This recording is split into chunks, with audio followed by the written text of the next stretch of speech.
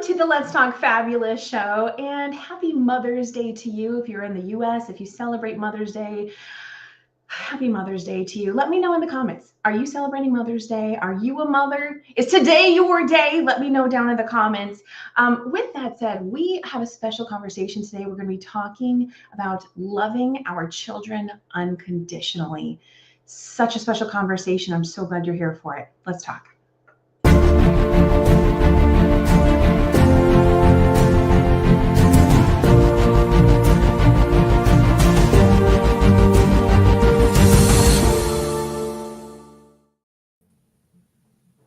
Hello and welcome, awesome panelists. Hello. Hi, Kim. Hello. Hi, good to have you all here today. Thank you for taking time out of your Mother's Day to be here with us. I really appreciate that.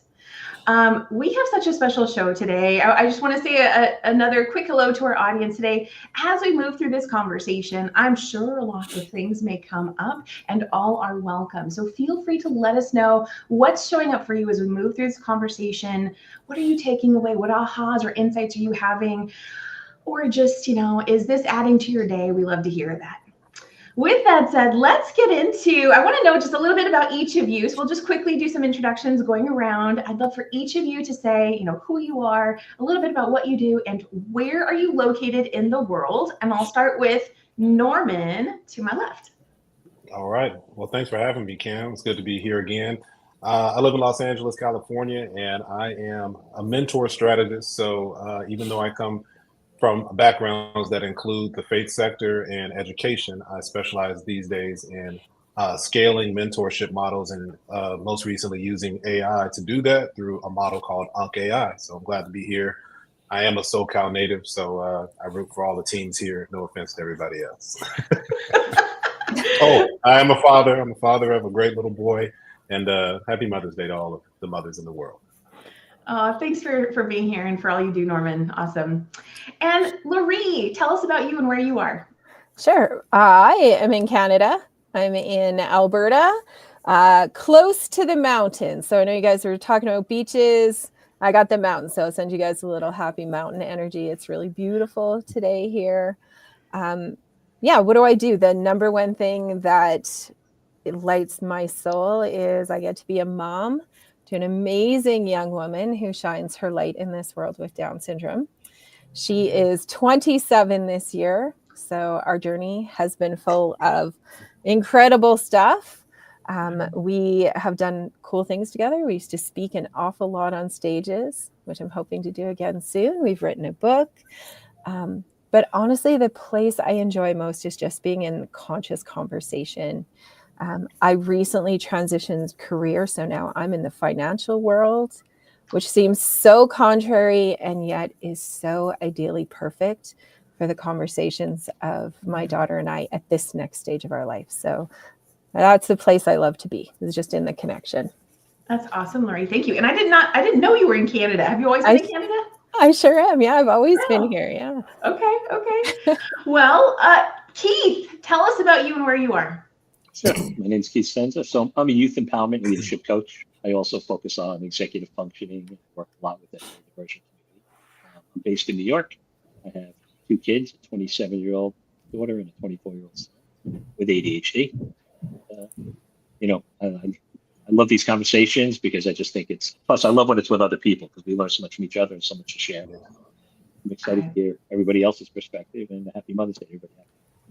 Thank you, Keith. And you know what? So I'll just tell everyone right now, we were noticing Keith's audio was kind of going in and out. And so Keith, we could hear you, but I wonder if it might also help, maybe try speaking just a little louder if you can. I don't know. I wonder if that may make a difference. Moving forward, just letting you know. Sure. We're going to roll with it as we go through the show. Kaylin, it's good to have you back. Tell everyone who you are and where you are located. I'm Kaylin Marie. I'm a pleasure coach, a spiritual teacher, and an energy healer. And I help women heal sexual trauma from religious conditioning, bringing them back into their divine right of pleasure.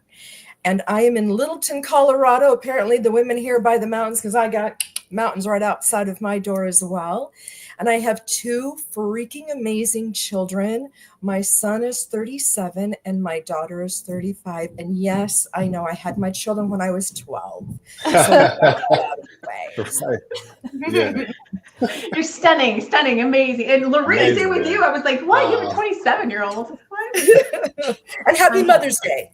Yeah, happy Mother's Day. So let's get into let's not give everything away, but I want to know, just like out the gate, when you heard that we were going to do this show on loving children unconditionally, I think we originally called it, loving children for who they are, same kind of thing. What made you want to be a yes to speak on this subject? I just love a little nugget from each of you before we get deeper. I'm gonna go, Kaylin, go ahead. Yeah, so this is ginormous for me. Actually, it's going to be a nugget. So I used to be a very active practicing Mormon person, and I'm no longer in the faith and completed a marriage and all of these things. In 2012, my son came out as gay, and that rocked my world to the bitter end, because I thought it was all about me. And I was like, oh my gosh, the judgment is going to be on me. And let's just say it took me 2 years to get through my own ish, and a come to Jesus meeting where Jesus came to me 4 times in one day. And it was because of my beautiful daughter. First off, she's like, Mom, if you don't do something now, you will lose your son forever. And I was like, oh, okay. And things continued to happen throughout the day. By the end of the day, I was watching this movie, and this movie I thought was a movie about baseball, and it was about a baseball player going through the 12-step program. And he learned what it meant to release the judgment and just see people for who they are. Yeah.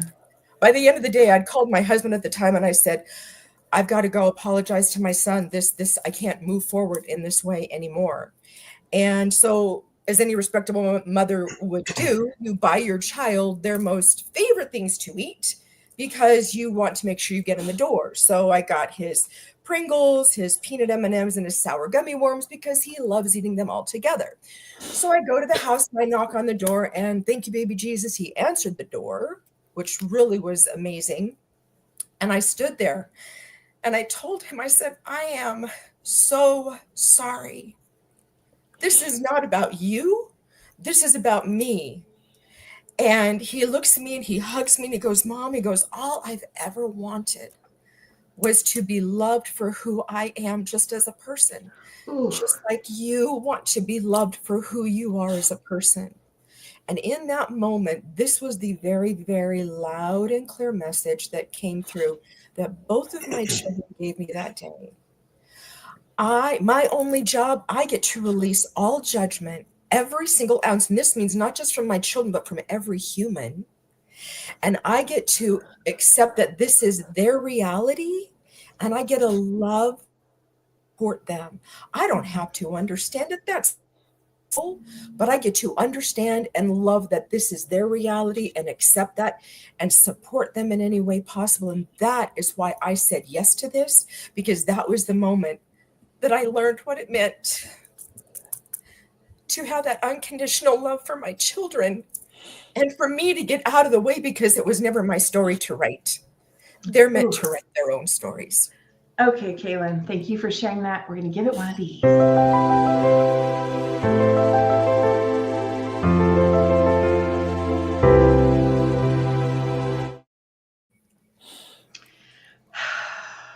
Man, yeah, I got chills when you shared that, and I already knew the story, but I still just got chills because it's powerful, and that was longer than a nugget, but girl, that's an amazing story. It's all good. I love it. It was beautiful. Thank you for sharing that. Thank you. Man, who wants to go next? Like, how do you follow that? I know. No, you all have Your own amazing story, stories. baby. Yeah. No, you all are such a beautiful fit for this conversation. Yeah, I'll share just, you know what, I'll just start with something small, because I have a feeling the more we all share, it's just going to be so in depth and so full of amazingness for everybody that's listening. The reason why I was a solid yes for me is timing. you know, Sydney and I used to be in this conversation of see uniqueness and connection, and we used to do a lot of speaking. And in 2019, it was like this accumulation of an entire lifetime of, I want the world to be able to see themselves the way Sydney sees herself, which is pure joy. And she won this incredible award at this incredible event. And I remember after being, what now? You know, it's such an accumulation of everything we dreamed. And then everything paused, like everybody, but it was a really hard pause for us. And just the last year, I've been, okay, what's coming next and what's coming next? And I changed, you know, my career, and I started being, how do I integrate all of this back together? And the last few months has just been that place of unconditional love for so many spots that weren't feeling that. So when you messaged me, I was like, there it is. There's the time, there's the place. Sometimes you just need a huge pause to assimilate who you were and who you're becoming before you can actually go out and share that with the rest of the world, because they're also trying to figure out who they're becoming. So it was really like just the greatest timing for me. Oh, I love that. I love when things are aligned. And I've reached out to you a few times, Laurie. I was like, I want to have Laurie on the show, and it hasn't worked out. So I'm really glad this was the one. So that's me too. Okay, I'm going to hop over to you, Norman. Will you tell us a little bit more? Why were you a yes for today's conversation? Yeah, so I was a yes because I work primarily with adolescents and do research with adolescents on how to do self-regulation and lead themselves in gray spaces. You know, just really high stakes decision making is always occurring with teens, but particularly with underrepresented teens and those populations is I'm exposed to so much of it. And because I have such a tenure in public education, what I found is that even in public education, you know, it's hard for educators, whether they be teachers or administrators, to come to the space and kind of separate their own private kind of like compellings on like which kids deserve to get the stuff, right? The stuff being education and care. And so when you pull back the veil, like me, I'm a pretty transparent person. So I had an episode this year. I had many of them, but you know, in my profession, sometimes you have to mandate report if a kid's in danger. I've had to do that this year, but there was one particular instance where we had a student who was on transfer, meaning that he was on a permit to attend our school. And, you know, that comes with a contractual kind of like obligation from the family. It's like, you're going to come to school and you don't have to have great grades, but you can't be failing every class. And he was doing both.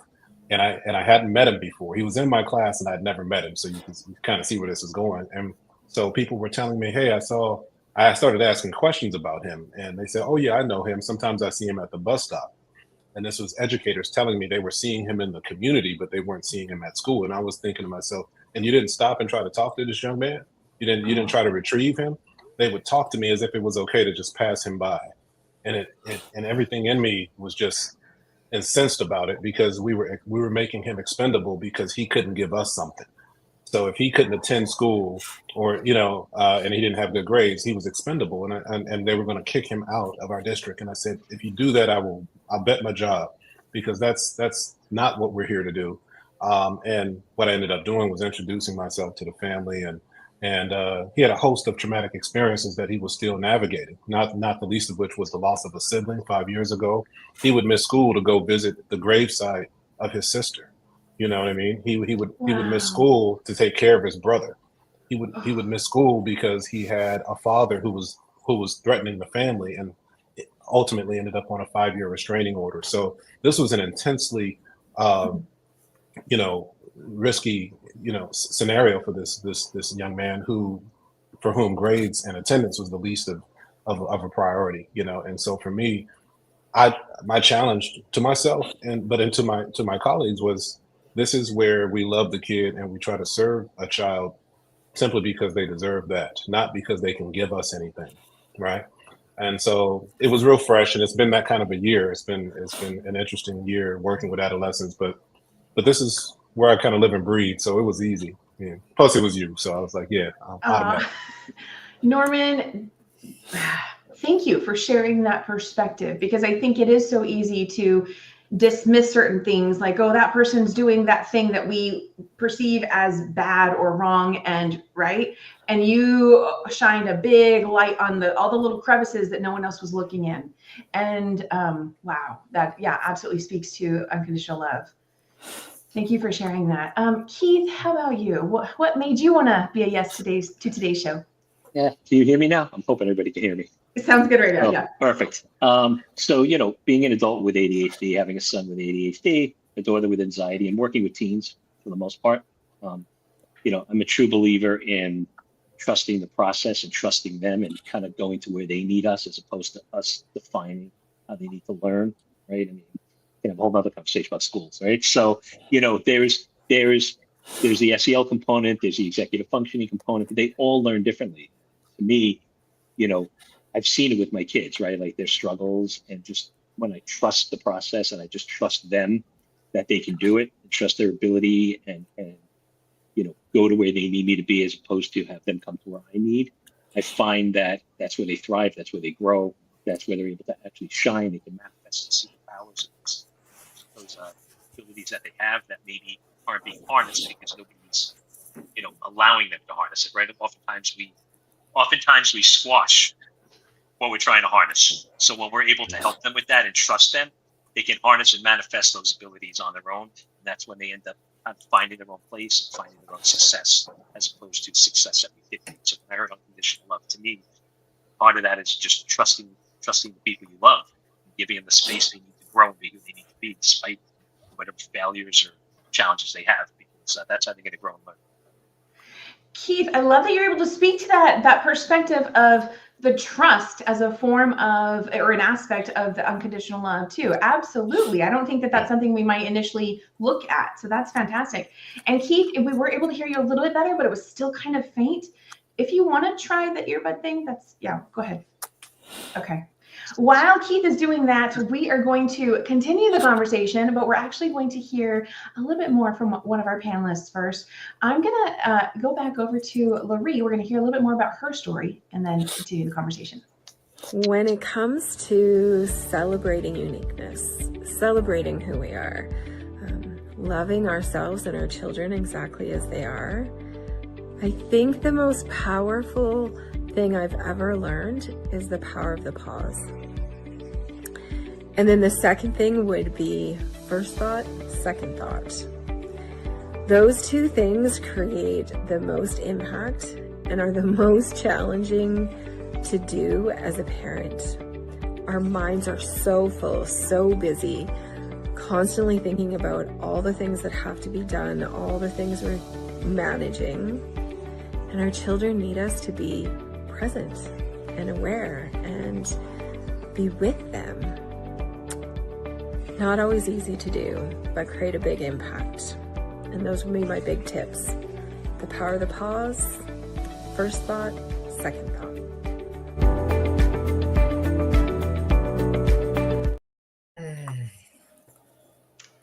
All right, so Keith will be rejoining us in just a moment, but Laurie, woo, those are some great tips. I'm going to put you in the hot seat, and I'd love for you to go ahead and elaborate and give me a moment here as it's all adjusting. Tell us more about the pause and the other tips. Yeah, sure. Those are actually tools that I learned a long time ago. When you become a mom, everything changes. And when you become a mom with somebody who has exceptionalities, there's like this bigger space of fear and this bigger space of uncertainty and this bigger space of how is the world going to show up for all of us. And the depth of work that you got to do on yourself is unexpected, like truly unexpected. And, Sydney's 27, so I've been digging deep for a really long time.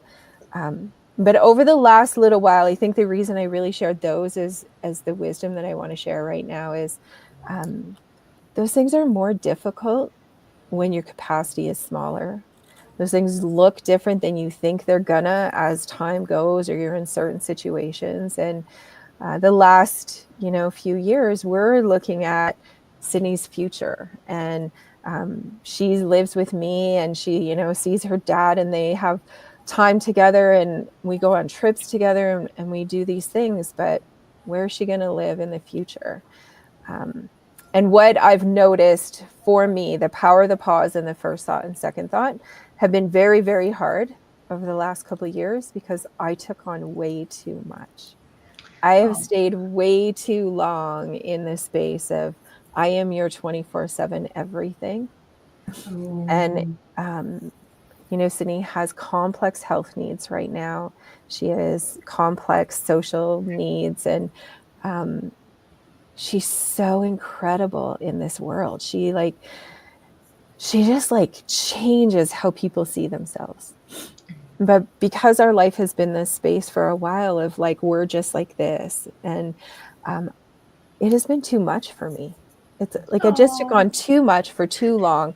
Not that she's too much, but all the extra. And I want to be that mom that she wakes up and she's so happy to see me. And because of all the complex needs, and as moms and caregivers and dads, that, you know, like we all decide, you know, her dad has taken on the role of making sure we're all financially taken care of, and he's exhausted and I'm exhausted, and So- it's harder to pause. It's harder. Right. Okay. So what I hear, I just have to intervene with this. I hear, not only are we talking about unconditional love for your child, but unconditional love for yourself as a and parent. That's like the 100% thing that I would say to everybody. When you're trying to figure out how to unconditionally love your child, you got to start here, right? Like, I have so much compassion and kindness for myself. I'm surrounded by people that remind me of that. And even in that, I took a really long time to realize, oh, I got to bring other people into our space. You know, the last year, Sydney's been going to a great program. I now have more help in my home. I'm, you know, next I'm bringing in somebody so I can sleep. Sydney has that space that she never sleeps. But it's that exactly what you said. Unconditional love for the children in our life always brings you back to unconditional love here. And I know many parents are going to relate to what I'm going to say, and parents of people with exceptionalities, whether they're little, like, and look, honestly, babies too, right? When you're a new mom, it's an exceptional kind of space. Finding the space to honor and have grace for yourself when you're in the middle of the meltdown, when you're in the middle of, for me, sleep deprivation. Honestly, my Sydney doesn't sleep well. There are weeks where I get less than 15 hours of sleep. And the person that you are in the extreme conditions isn't always who you want to be. And finding the place to have that unconditional love, or surround yourself with people like yourselves who are in the conversation, who can say, okay, love yourself. Don't torture myself, which you do, right? For the mistakes that you make, and then look for solutions. And you can't find them alone. You cannot find them alone. So that pause and that first thought, second thought, right? That first thought, when you're in the crisis and you are, and I am not the person I want to be for her. And, you know, the first thought is always, what a terrible human I am. Oh, You have to pause, and you have to find the second thought.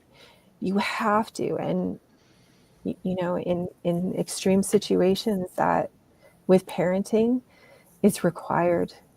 You know, we're always filtering through that first thought, the belief of ourselves or somebody else has given us, how we should parent, what we should say, you know, what our culture defines, what, you know, like Kaylin was saying, what she grew up knowing to be real. Your first thoughts are not the truth always. So, Kaylin, did you want to add to that? I think I saw you nodding pretty vigorously. I am just absorbing all of it and saying yes, because when it comes down to, we get so in our heads that we forget that we have to give ourselves that grace. And as a parent, I was thinking about this the other day. How many of us have parental regret?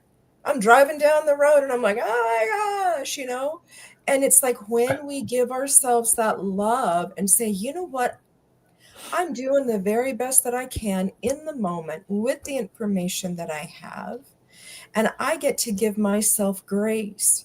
And in hindsight, what I see is that my quote unquote failings or faultings as a parent was exactly what my children required, the gifts that they needed, the skills that they needed to grow and develop into the grand, beautiful, functioning adults they are today.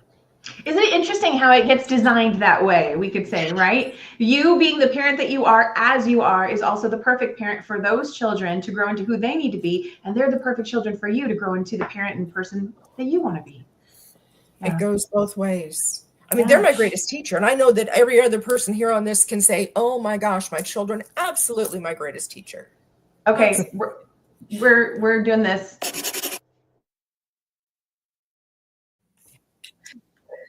I think that's a good reminder for everybody. Yeah. Yeah. Norman, I saw you nodding your head earlier too. Did you have something you wanted to add? Sometimes I just nod just because I'm in coherence with it all. But what I will add is just an agreement and a co-signature from the standpoint that I read kind of everything that Don Miguel Ruiz and his son write. This is the series of the 4 Agreements and then the subsequent books. And one of the things that always stays with me these days is the ally and the parasite. That the parasite is the poison. It's as we take the love that we can create within ourselves, we often outsource that, and we look to others, even children, right? We see the fear that so many parents have and how that transfers to kids, because it's don't embarrass me, or it's don't make the same mistakes that I made. And that's a lot of pressure for kids. I teach adolescents. So when you're working with kids who are on the threshold of adulthood and they feel like they got to get this gamble right, it really becomes, it creates 2 worlds where a teen decides that I have my authentic self, and then I have the self that I share with my parental figures.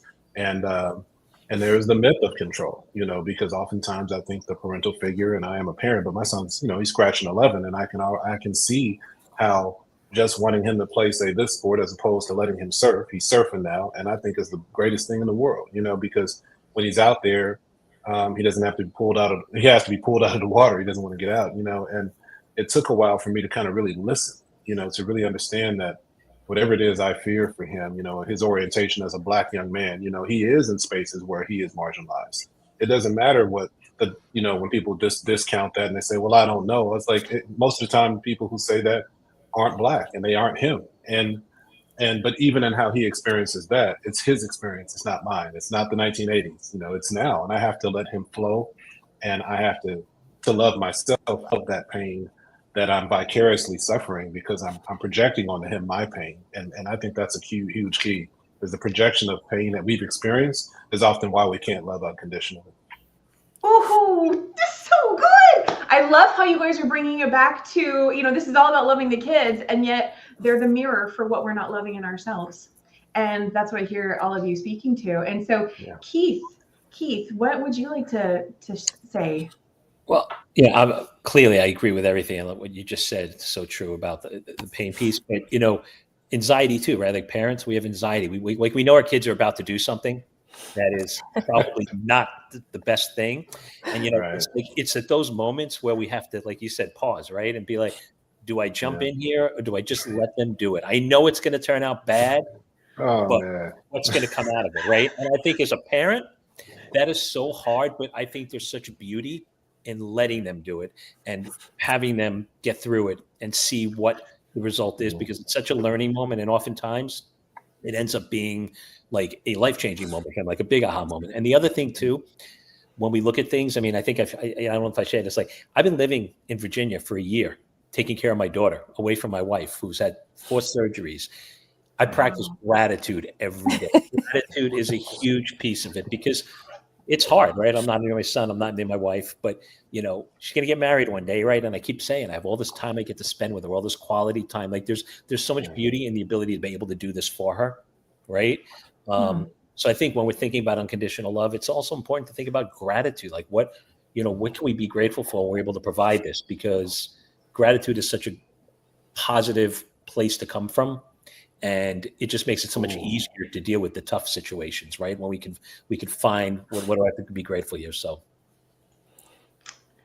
Oh my goodness. I want to hop to Keith's video, but Kaylin, I saw you. I just thought it's just also juicy. I'm just like, yes, and yes. Mm-hmm. Yes. I know. Thank you. Oh my gosh. All of you love what you're sharing. We're going to hear a little bit more from you, Keith, and then we're going to put you in the hot seat to elaborate on. So here we go. Good morning. So a man and his son are kind of sitting in the backyard, just relaxing, chilling out. And the son looks at his father and says, Dad, I'm going to be a great leader one day. And the father looks at the son and says, well, you know what? I'm going to be a bullfrog one day. And the son looks at him and said, how are you going to be a bullfrog? And the father said, well, why can't I just be a bullfrog one day? And the son says, you can't, just wish to be a bullfrog. You have to be one. And the father looks at the son and says, well, you just can't wish to be a leader, right? You have to be one. So how are you showing up in life? Are you leading as a parent? Are you teaching your kids the skills that they need to have to be successful? Are you building their self-confidence without building the bubble around them so when it bursts, they can't handle it? How are you showing up for your wife, your husband? How are you showing up for the people around you, your friends, the people you love? Leadership isn't always about business. Leadership is how you live your life and the example you set for the others around you. So just think about that for a second, right?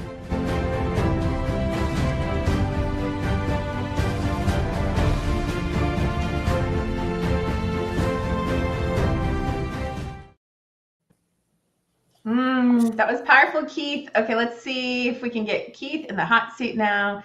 Share with us more, please. Yeah, that was like 70 pounds ago. You look great.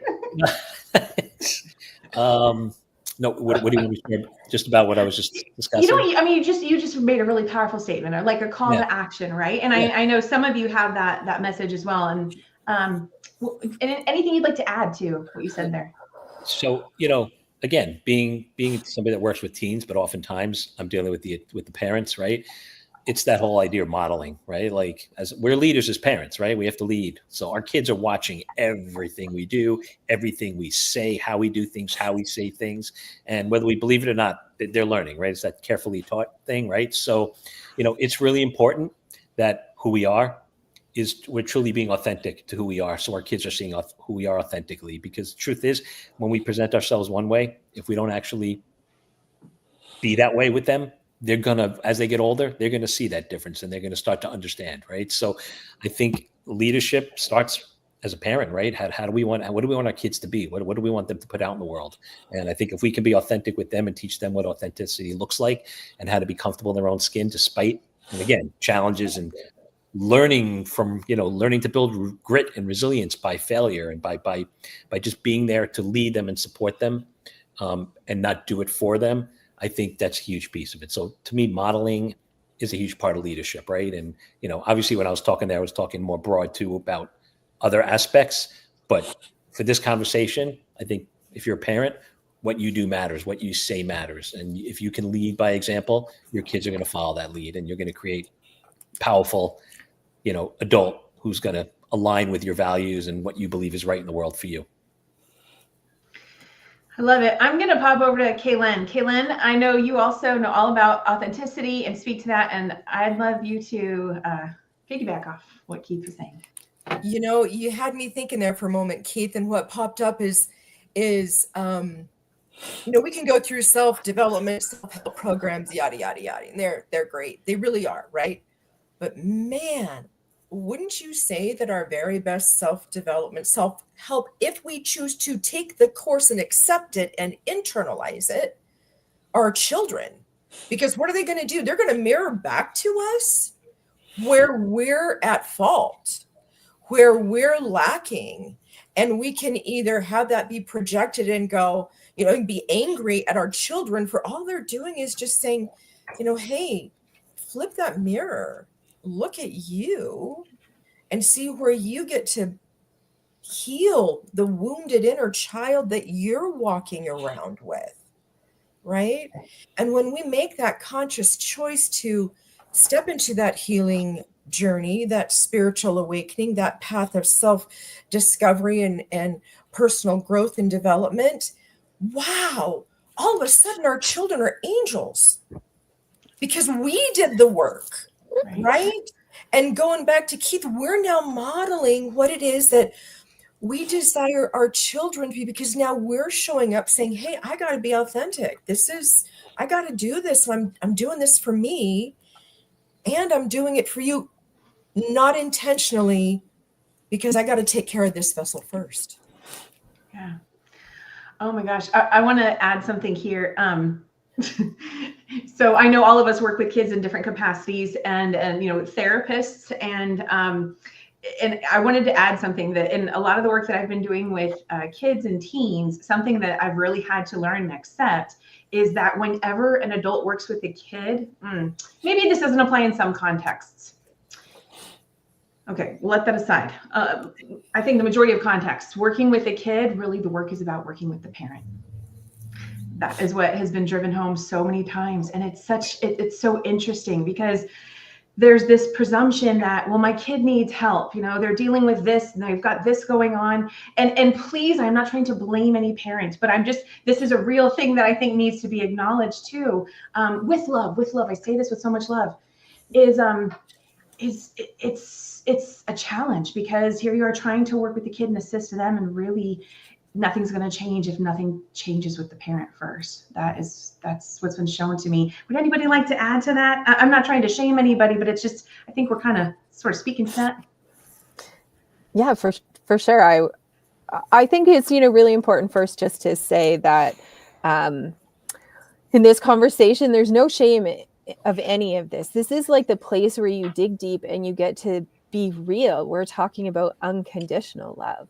So that's the spot of seeing the places in yourself. And, I like to use some song lyrics because that's how Sydney expresses herself. She doesn't always have the most expressive language, but when she sings songs, it's incredible. And that's why we used to be on stage a lot. And Pink's one of her people, right? And there's a couple of lyrics, right? It's seeing the things that aren't always pretty. And then, right? And then, saying to yourself, change those voices in your head. Make them see you as perfect instead. Like when you're talking about modeling, Keith, I think it's one of the most powerful tools that we use in any space. And I think it's important to recognize that when we become parents, the first instinct is that we want to share who we are with our children, and we want to, show them all the amazing things we lived life as, and we want them to be like us. Instead of that place of, we want to share who we are with them so they can be more like who they're going to become. And you get a little tripped up, right? You want them to be like you. You want to do the things that you do. And it's kind of like this, I don't know, you just got to tweak it a little bit to be that place of course I want to share all I am with my child and the children around me so that they can see that I get to be all that I am. And let's go do the things that I love to do. Like Sydney's dad loves to golf, and he just bought her a set of golf clubs, and they're going to go out and golf. And he loves to enjoy that space with her the way she is. And I'm certain that when we were expecting, he would have been thinking, oh, I'm going to do these things with her, and we're going to golf, and we're going to do all these things in a certain frame, right?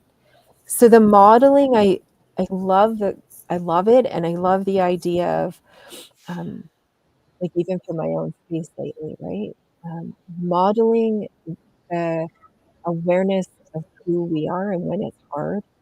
Right now, I'm modeling for my daughter that I need help.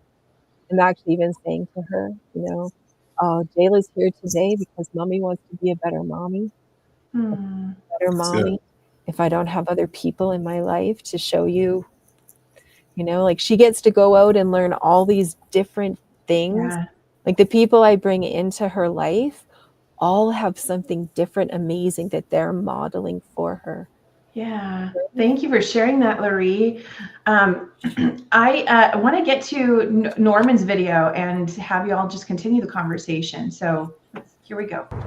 There's probably two main things I've learned in 20 years of teaching children, and my children that I teach are teenagers, but I think they still qualify. And the first thing I've learned is that before you can love the authentic self of a child, you have to first choose to not treat what they present to you like it's a disease that needs to be cured. In other words, what you observe has to be accepted first, because until you accept that authentic self, you can't actually love it. Secondly, one of the most powerful ways I think that I have been able to create space for the authentic self of a child or a teen is using companion generative AI. And so when I created AI, as it's called on the OpenAI platform, the goal really was to create a culturally relevant AI companion that students could use 24 hours a day, whether they had a trusted adult or not, because even when they had one, they didn't always have access to one. So those are the two things: accept what you observe and create the space. And I think that that's one of the first steps in honoring the authentic self of a child.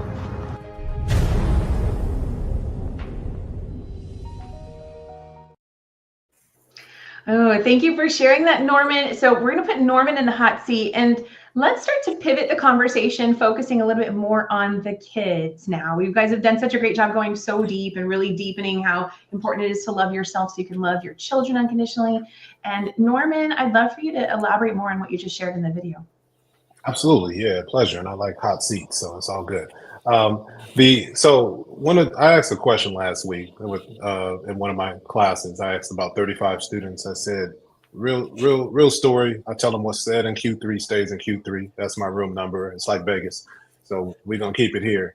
And I said, how many of you feel like the majority of the adults in your life use fear to control you? And every single student raised their hand, every single one. And they completely adhere, right? And I didn't, when I do this thing, I'm doing this to frame it, because when I talk to students, speaking of accepting them and giving them a space for authenticity, I don't have time for them to hold space for the feelings of the adults they go home to, because the adults they go home to, with respect, don't need to know about this kind of metacognition we're doing. You know what I mean? When we're in the laboratory, I can't educate these students if they don't bring themselves present. So one of the things I wanted to really kind of help them unpack was how much of an influence fear is having on them, not just their school experience and how they treat academia, because cheating is rampant. It just is. But it's not because they're bad people, and they've been made to feel that way by teachers, by coaches, by faith practitioners, and the jig is up, because I haven't met a human yet who doesn't use Charmin. That's what I say. I always say that you might not be Charmin. Some people have the good stuff at home, but you get the idea. Yes. I know it's Sunday, right? But this is how I talk to them, because they understand. And so, and really, what I'm trying to do is make authenticity. You have to seed the land with authenticity, and it usually starts with my own narrative. So they know I've been through divorce. They know that I grew up in South Central and that I buried my friends before. I started burying friends before my 13th birthday. Right? They know a little bit about the incongruity of being a marginalized individual and some of these unseen aspects of lived reality.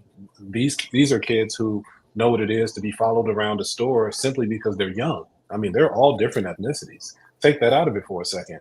They just know what age discrimination is from the youth side. So there's a lot of work that I engage in, not to really earn trust with them. It's much more organic than that, I think, but really to kind of allow them to validate their own narratives, because until they do, they really aren't seeing themselves in a larger validity. They're seeing themselves as objective, as objects, like I've been told to do this and execute, and they're kind of like robots, oftentimes missing out on their own lives, which is why they stay connected here, because they're really not, they don't feel they have permission to live their own realities yet. And so this is oftentimes the work that I have to do so that I can get to a space where I have purchase with them.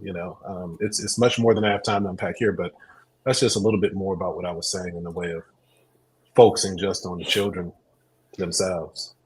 Yeah, I mean, and we can't deny it brings it right back to, what are you believing yourself as the adult, as the parent, and what is being projected onto the kid? Because it's just, the kids are a mirror. That's ultimately what I'm hearing. Someone hearing something else?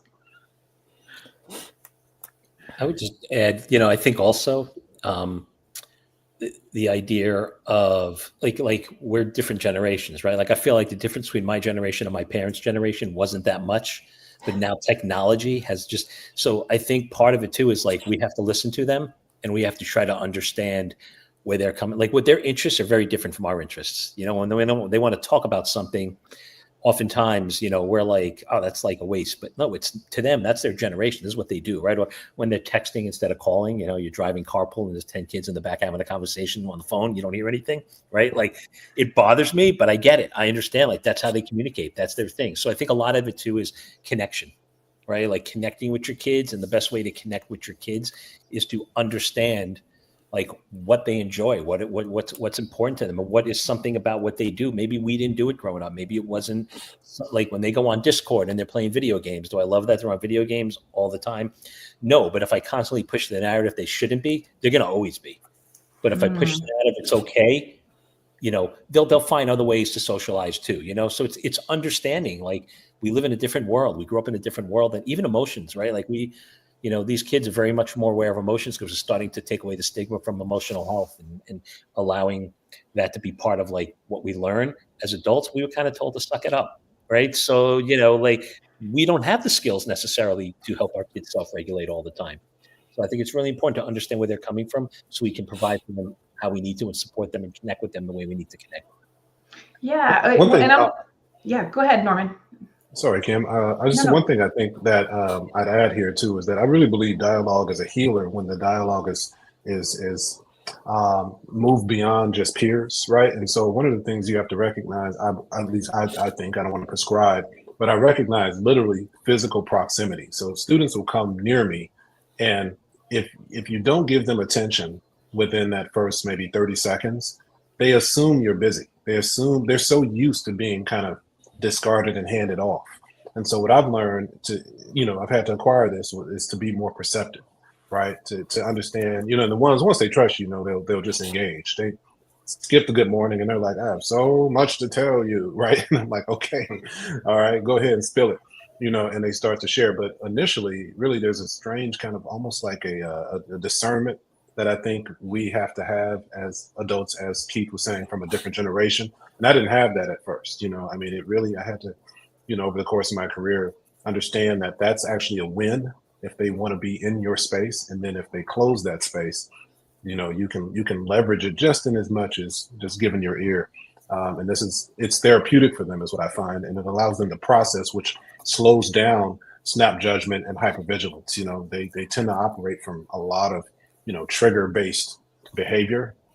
That becomes their locus. But when they have an opportunity to truncate that, I find that they actually do quite a bit better. And we can really be a tool for that. What else have you guys noticed? Just real quick, one more question, and then we're going to move over to Kaylin's video. But what else have you guys noticed that shifts within, whether your own child or a child that you've worked with, where you start to see them? You start to allow them to be more of who they are. What have you noticed that shifts within that child once you've sort of opened that space for them? So, I can like really speak to that. And even what Norman said in his video about, not treating what we want to be different as a disease and to find the place of acceptance. In Sydney's world, that is like so literal. From the time she was born, because she is unique and difference exists, everyone around us is in that space of how do we make her something different than she is? And to get to that place to find, it's kind of like there's tolerance, there's like indifference, and then there's tolerance, and then there's acceptance, and then there's value. So when you get to the conversation of true value of a child, of a person, that's, I think, when everything changes into that space that you were just asking about, right? It's the uniqueness of each individual has the power to transform all of us. Sydney, in the space that she's in, is in a visible, I am different than everybody around us. And the amount of time that she has spent in her life with people looking at her with disdain or dismissal or fear is so significant that for me to have found the spaces and the places when I can to create value. Like all of us are so valuable exactly as we are. We bring a powerful uniqueness. But trying to help people and children know that there is not a single thing about them that they have to change for us to value them. Man. You know, like that's like a like the space of the ultimate conversation as a parent. And I, you know, just we're in that community all the time. It is like she is put here to say to the world, look, I'm amazing. Absolutely. I'm amazing exactly as I am. Oh, and my goodness.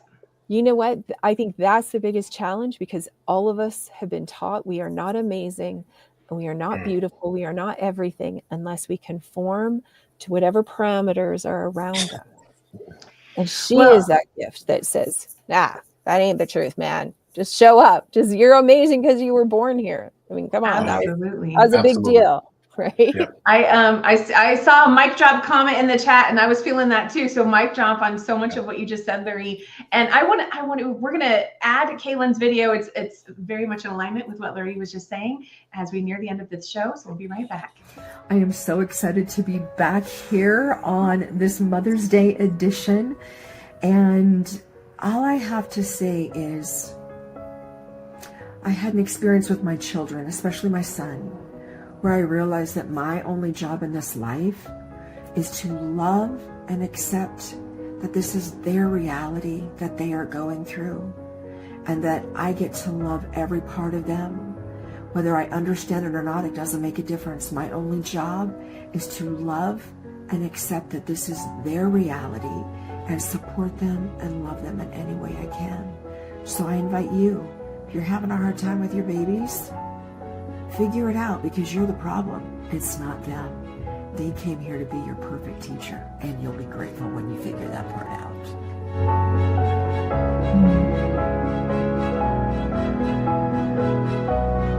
Rabbi Einstein was wrong.